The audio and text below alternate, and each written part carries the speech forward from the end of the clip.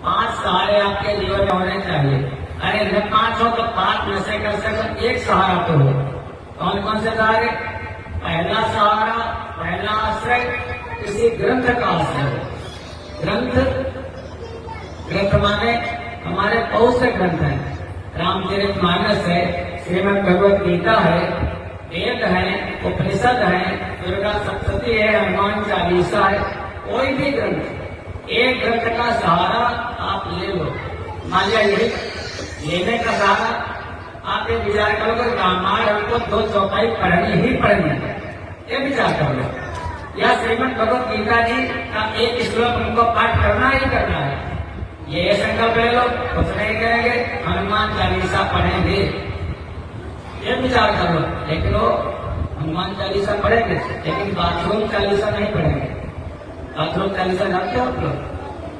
नहाते जाते हैं हनुमान का अनुसार करने के मतलब वो नहीं, कलश पर दीपक रख करके भगवान का पूर्वक आवाहन कर करके और फिर हनुमान चालीसा का जब पाठ किया जाए तब फलदायी होती है। ऐसे महाराज एक आपने एक नाम सुना होगा, पहले अमेरिका का कोई राष्ट्रपति हुआ करता था, नाम था बराक ओबामा। तो बराक ओबामा हनुमान चालीसा आश्रम के जेब में रखता था, पॉकेट में रखता था हमारा। और थोड़ा और पीछे जाओ, एक मुंबई में कोई होटल गिरा था, धमाका और आतंकवादियों ने गिरा दिया था, वो गया शेराटन, कुछ उसका नाम था होटल का। बहुत से मैंने हम लोग वीडियो करता था एंटीना वाला, हम लोगों ने देखा कोई नहीं बचा हमारा। उस होटल में आंखों देखी घटना पेपर में निकला था, कोई बचा ही नहीं था। लेकिन 7 दिनों के बाद जब होटल का मलबा जेसीबी से हटाया जाने लगा, एक कोई मनुष्य उसके बीच से जिंदा निकला 7 दिनों के बाद, और वो मरा नहीं। बाद में लोगों ने पत्रकारों से मीडिया वाले आज तक पर आया था, मीडिया वाले आए, जब उसका इंटरव्यू लिया, कहने का कैसे बचे थे? उसने कहा जब ये सब हमला होने लगा, ये सब गिरने लगा, तो मैंने हमको हनुमान चालीसा जेल में रखते हैं। समय मैं हनुमान चालीसा का पाठ करने लगा, उसी समय कोई ऐसा कोई वस्तु आई कि मैं उसके नीचे ढक गया, ऊपर से सब कुछ गिरता रहा। जब मलबा हटा तो जिंदा निकला। किसकी कृपा? हनुमान जी की कृपा। आश्रय किसका? ग्रंथ का आश्रय। छोटी सी पॉकेट साइज हनुमान चालीसा आती है, महाराज जेब में रखो हर समय। अभी श्रीमद् भगवत गीता जी है, हमारे महापुरुष हुए कौन? परम श्रद्धेय स्वामी विवेकानंद जी महाराज क्या रखते थे पास में? जब अमेरिका शिकागो सम्मेलन में गए, भगवत गीता का आश्रय उनके जीवन में था। परम श्रद्धेय रामकृष्ण परमहंस जी भगवत गीता जी का आश्रय उनके जीवन में था। अरे ये बापू कहे जाते थे, नाम ले लो, भरत बापू, महात्मा गांधी जी। अरे अब हाथ में दिला मगर भैया जो भी डालेगी गीता जी वो रखते थे, गीता जी रखते थे। कहने का मतलब ग्रंथ का आश्रय। कुछ भी किया उन्होंने, हम लोग भोग रहे हैं, लेकिन गीता तो रखते थे, ये बात है। एक ग्रंथ का आश्रय होना चाहिए। कहने का भाव ये, बस एक साथ और ग्रंथ अपने आप लोग समझ नहीं सकते हो। हनुमान चालीसा जितने भी बार पढ़ो, लेकिन अभी अगर कोई वक्ता सुनाए तो 7 तक हनुमान चालीसा सुनाएगा, तब आपकी समझ में आएगा। सुंदरकांड कितना पढ़ लो, लेकिन जब 7 दिन कोई वक्ता सुनाएगा महाराज, वो कहा से सुंदरकांड में तब समझ में आएगा। और दूसरा आश्रय किसी संत का आश्रय। दूसरा आश्रय बिना संत के, बिना आचार्य के आप ग्रंथ को समझ नहीं सकते। तो पहला सहारा एक ग्रंथ और दूसरा सहारा कोई संत। फिर जब संत के पास जाओगे तब वो संत आपको देगा मंत्र, क्योंकि गुरु बिन होए ज्ञान, ज्ञान की होए विराग बिनु, गावै वेद पुराण, सुख की संतोष बिनु। बिना गुरु के ज्ञान नहीं होता। कोई भी हमारा, हमको इसका हमको बहुत अनुभव है, गुरुदेव की कृपा है हमारा जो आप लोगों के बीच में हम हैं। बिना गुरु के ज्ञान है। तो तीसरा आश्रय मंत्र का आश्रय। जब गुरुदेव मंत्र बताएंगे आप नमः शिवाय का जब करते हो अच्छी बात है, बार बार कितना भी जब कर लो ओम नमः शिवाय नमः शिवाय नमः शिवाय, फलदायी है, ऐसी बात नहीं फल नहीं मिलेगा, लेकिन पूर्ण फलदायी नहीं है। पूर्ण फलदायी कब है? जैसे तमंचा, कट्टा, असला, उसमें गोली आप रखते हो और वही गोली आप ऐसे बाहर निकाल लो, बाहर निकाल करके हाथ से फेंक करके मारो किसी के, चोट लगेगी?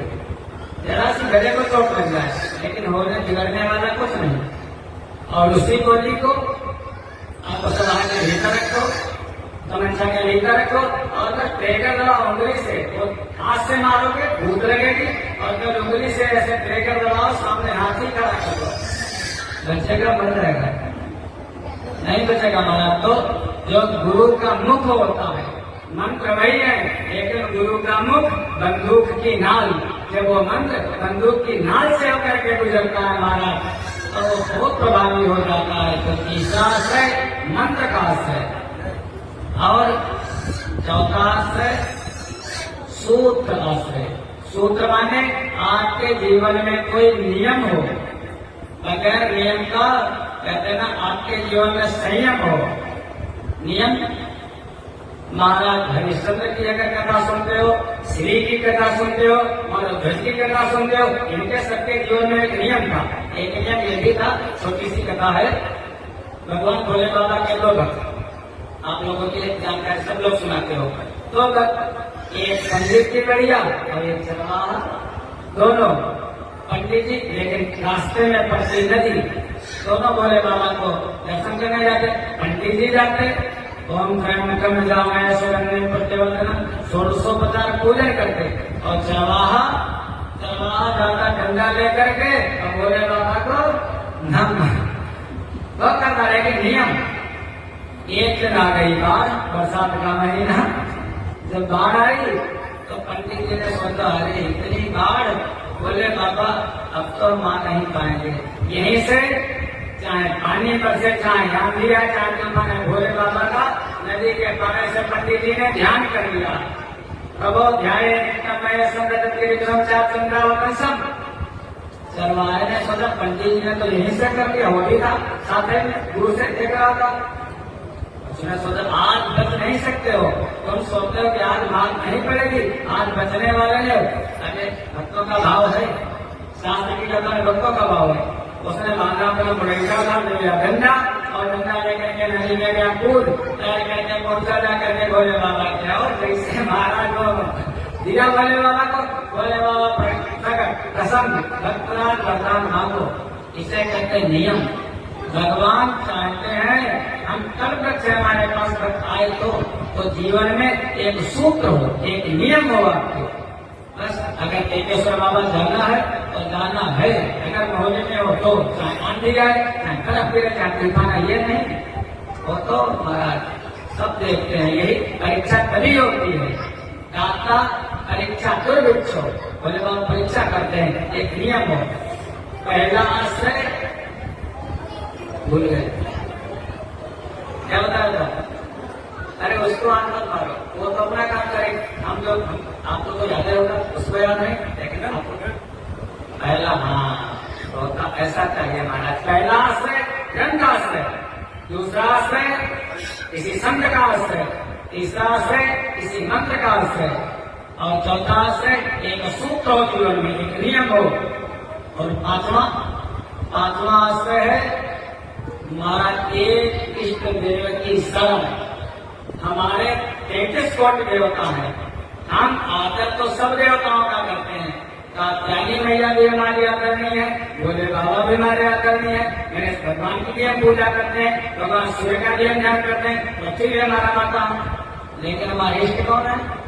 हमारे इष्ट तो भैया बस कन्हई ही है, हमें तो हर जगह कन्हई दिखाई देते हैं। ऐसे आप लोगों के किसी के भोले बाबा है, इष्ट एक हो, हमारा इष्ट के साथ भेदभाव। जैसे माताएं जब आती है प्यार करके, तो उनका इष्ट कौन होता है? सास, ससुर, देवर, ननद, वो नहीं होती। उनका इष्ट केवल एक है पति, मात्र एकमात्र पति उनका हित है। पति को प्रसन्न करने के लिए वो सास के में जरूर दबाएंगी, ससुर की भी सेवा करेंगी, नंद को भी महाराज आनंद देंगी और देवर का भी आदर करेंगे, लेकिन इसको खुश करने के लिए केवल वो भले को बगैर मन में करेंगे, लेकिन हमारा पति खुश रहे तो उनका इष्ट है केवल